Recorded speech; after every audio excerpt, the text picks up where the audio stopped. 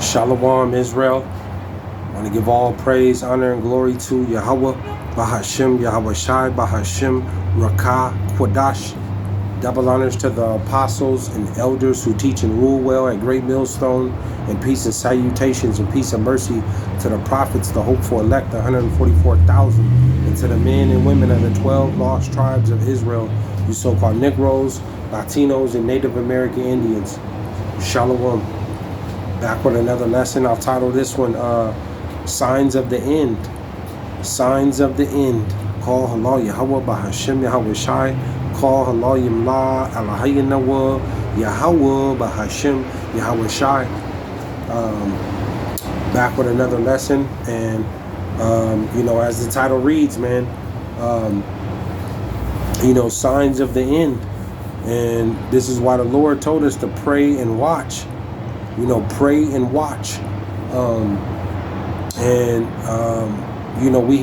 have that lunar eclipse that's coming, in the next few weeks, next month, man. And it's biblical, and there also is,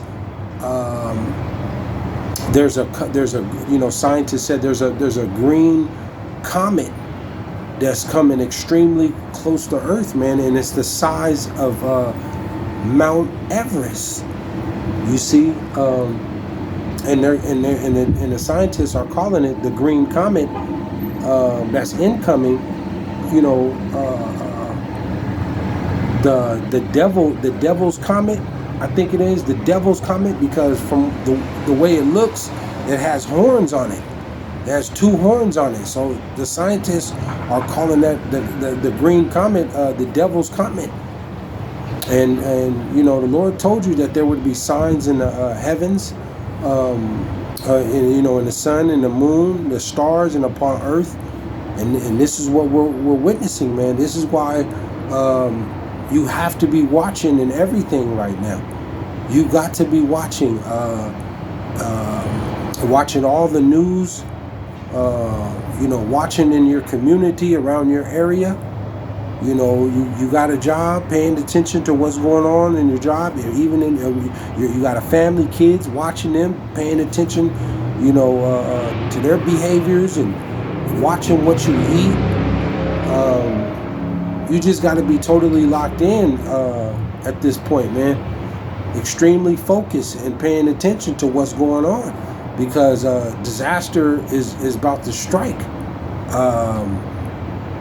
at any time. Let me go here. I just something that's on my spirit. I don't want to make this too long. Just something on my spirit. Let me go to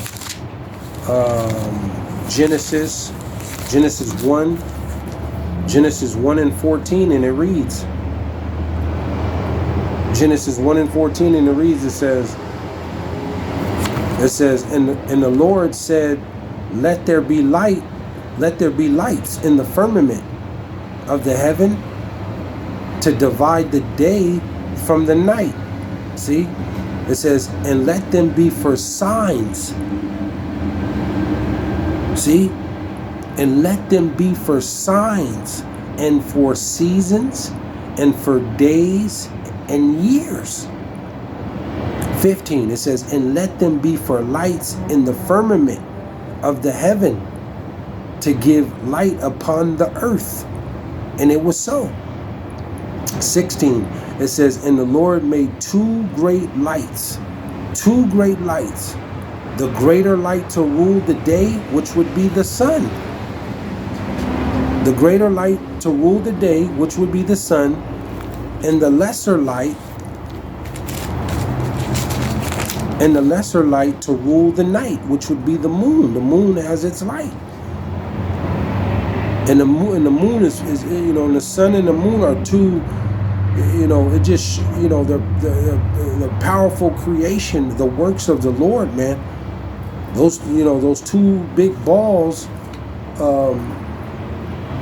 that sit in the heavens, man, and they just, they're not attached to nothing.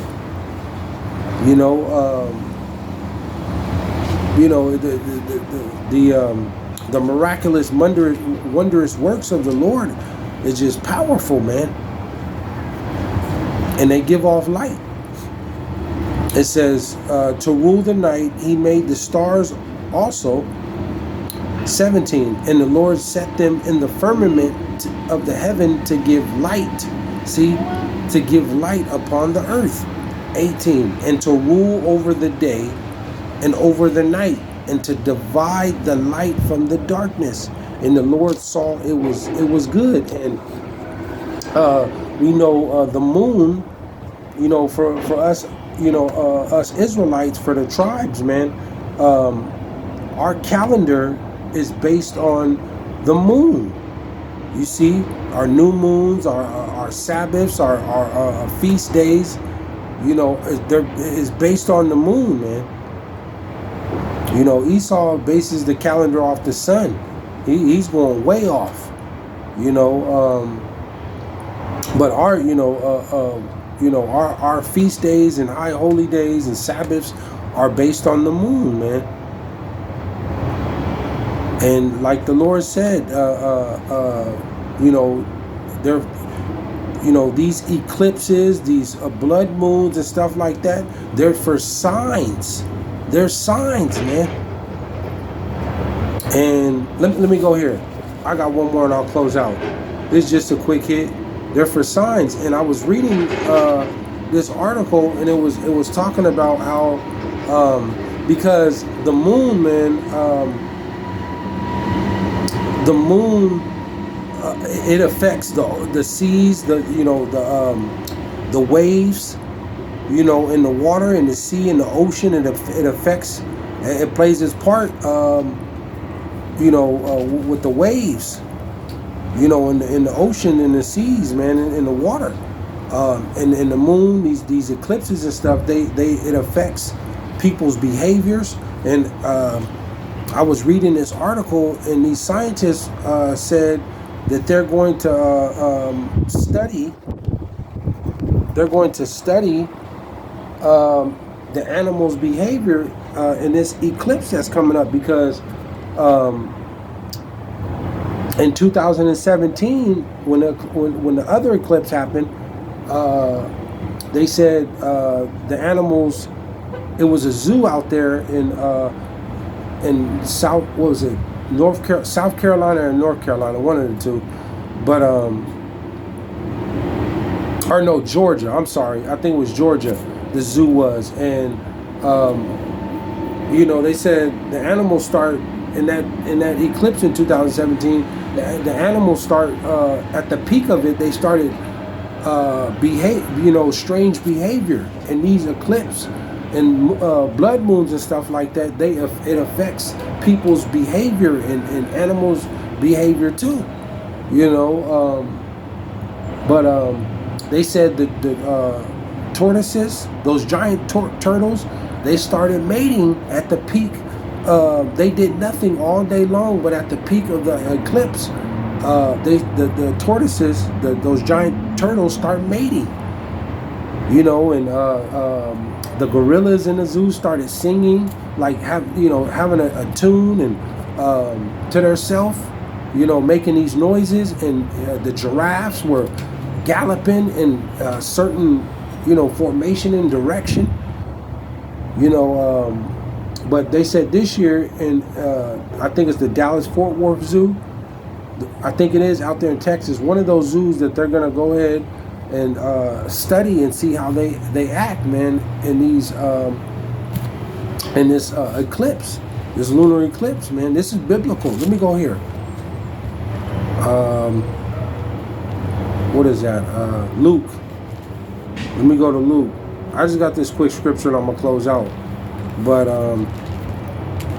they're you know, these are for signs, man, and there's a giant wave of death coming in the earth. You know, there's a giant wave of death that's coming. The Lord told you that the slain of the Lord shall be many. There's going to be so much death in this end time. And scientists said there's a crack in the bottom of the ocean, the ocean floor in the Pacific Ocean. that can, with those plates. But there's a crack in the floor, and it can trigger a massive tsunami, because the scientists are predicting that California is due for a giant earthquake, man, and a massive flood, biblical type flood. And these are the things that are coming, that the Lord is sending, man. Death is coming. Luke 21 and 25. I just got this last scripture and I'll close out. Luke 21 and 25, and it reads, it says, and there shall be signs in the sun. See? And there shall be signs in the sun, and in the moon, and in the stars, and upon the earth distress of nations. And this is what we're seeing around the world. Wars in the air. People are suffering and mourning, and the death is growing. The pestilence, the diseases. People are waxing worse. They're getting more and more evil.